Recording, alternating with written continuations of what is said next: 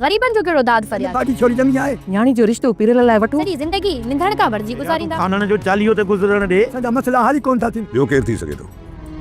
पोइ मां उन्हनि छोकिरनि सां ॻाल्हाईंदुसि मुरादी अगवा कयो आहे तव्हां छा था सम्झो सोचो ना इहो रिश्तो मूं लाइ वठो दोस्तों मिठल के मुराद वारा पूरो करे छॾींदा ऐं होॾां अली ख़ान खे शाहनवाज़ ख़ान जा वाठा जेका आहिनि उहो पूरो करे छॾींदा ऐं मुराद ऐं रहज़न वारनि जो झेड़ो वधी वेंदो ऐं अचण वारा एपिसोड ॾाढा दिलचस्प थियण वारा आहिनि ऐं छा शाहनवाज़ ख़ान हाणे इन शइ जो भरपूर फ़ाइदो खणंदो ॿिन्ही धुरनि जे झेड़े जो छा मंसूर ख़ान खे लिटाइण में शाहनवाज़ जा माण्हू बि कामयाबु थी वेंदा हाशिम छा हाणे मंसूर ख़ान ते हमिलो कंदो रहज़न खे सम्झ ईंदी पई सही ॻाल्हि या कोन सॼी अपडेट ॾींदासीं हिन नंढिड़े वीडियो में आख़िर ताईं ॾिसंदा लाइक सब्सक्राइब शेयर ज़रूरु कंदा दोस्तों मुराद वारा जेका मिठल खे कोन मारींदा मंसूर ख़ान उन्हनि खे रोके छॾींदो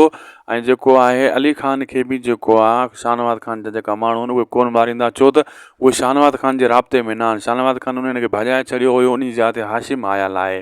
ऐं उन लाइ रखियूं वेठा आहिनि त असां पैसो वठंदासीं जेका धुर पैसा ॾींदी अली ख़ान खे उन जे हवाले कंदासीं तमामु जल्द अली ख़ान वापसि ईंदो ऐं होॾां जेको आहे रहज़न ऐं जेको अठारे खे घणो शक आहे त मिठल खे